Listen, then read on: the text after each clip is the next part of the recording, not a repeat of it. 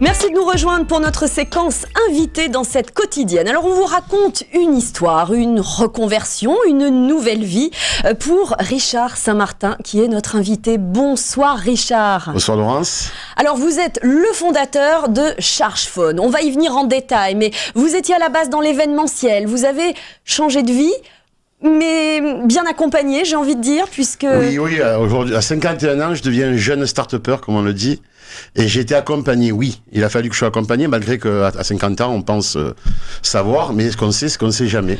Et il y a des structures qui sont prévues pour accompagner les créateurs, qu'ils soient jeunes ou moins jeunes, que ce soit du commerce de proximité ou des solutions innovantes.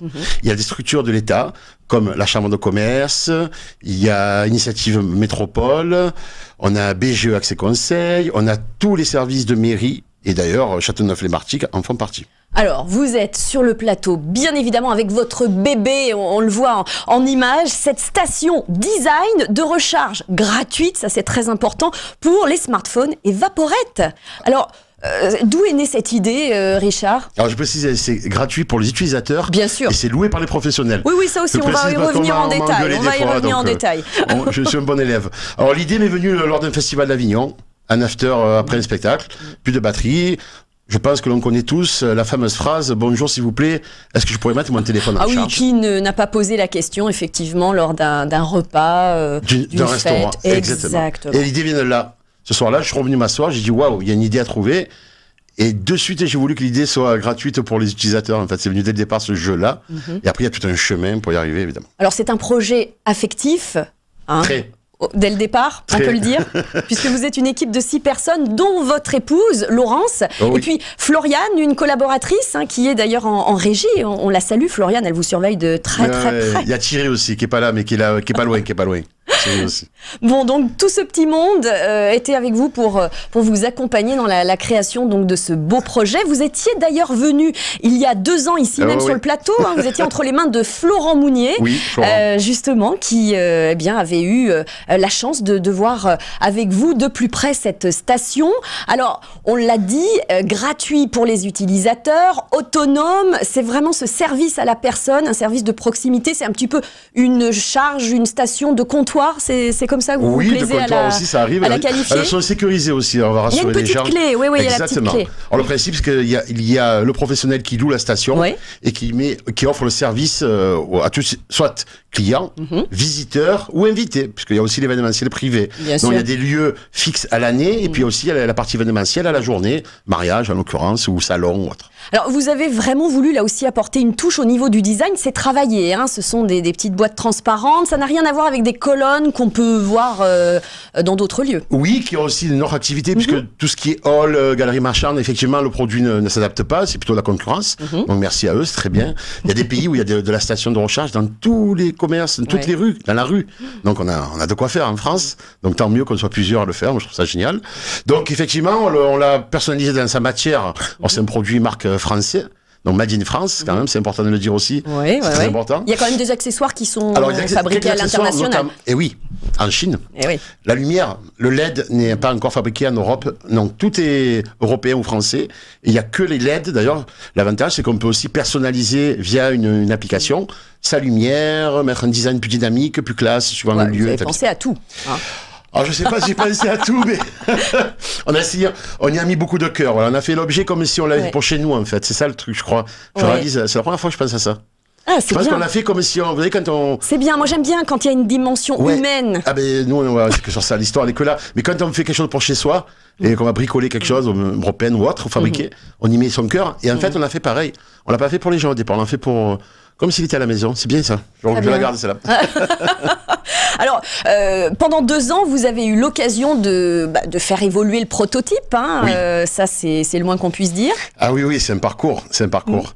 Ça a été 2 ans. Alors, pendant 2 ans, ce qui a été chouette, c'est qu'on a fait de l'événementiel en parallèle. Oui, vous avez été sur tous les fronts. Vous avez au Salon de l'Auto de Marseille, au Héros Festival, Festifam, et puis sur des lieux culturels, l'espace Julien. Ah oui, les showcases. Ah oui, puis Maritima Music Tour. Évidemment. Oui, de nombreux artistes artistes, on a eu des Vianney, on a eu des coups de cœur, des Sopranos, enfin, des vrais coups de cœur. Les ambassadeurs, pour vous, jouent leur rôle aussi. On a vu Anthony Joubert, Bengouz. C'est ça, Bengouz, Marjorie Delcinq, qui est dans le prochain clip qui va arriver, là, qui va sortir avec le jeu concours.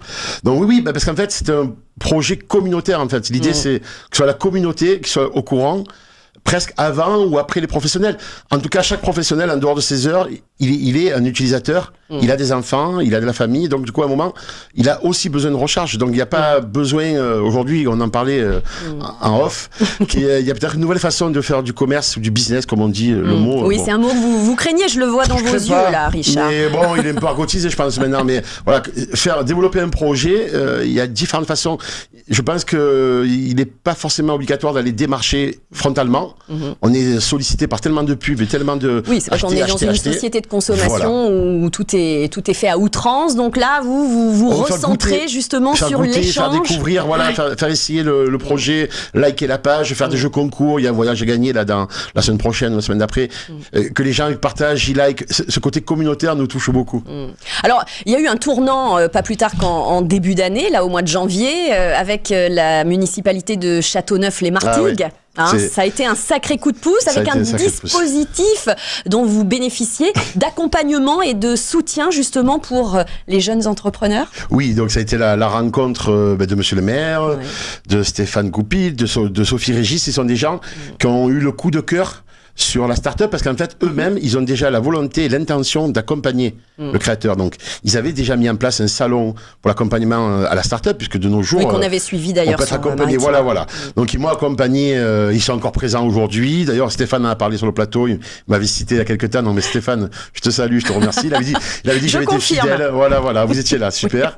Donc, voilà, la mairie de Châteauneuf a été une vraie belle rencontre.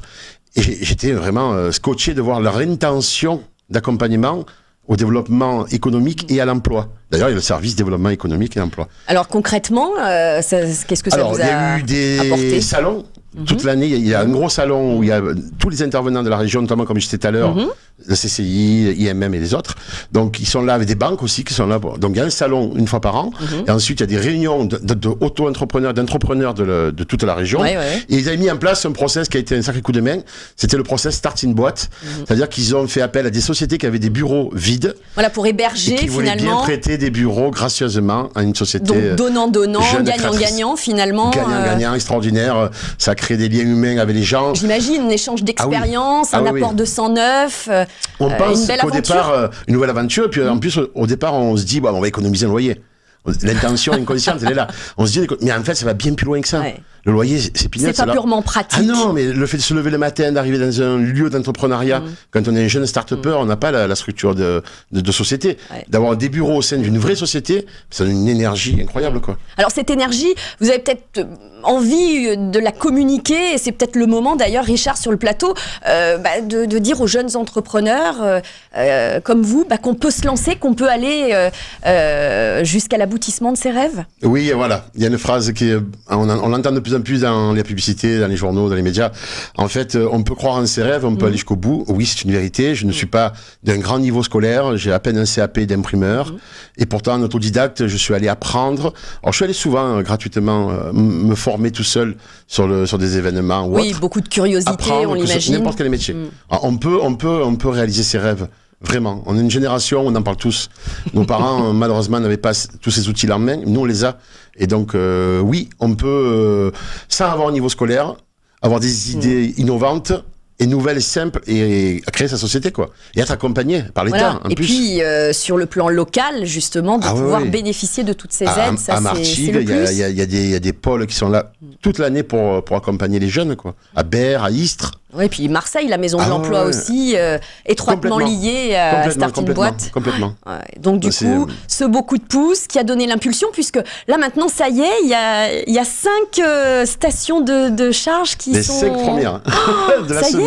Ça y est, c'est lancé, c'est officiel, c'est vrai, c'est concret. La Ciotat, la Valentine, le VIP, petit clin d'œil au Terrassa, c'est des gens en plus qui ont été patients, qui ont attendu des mois et des mois.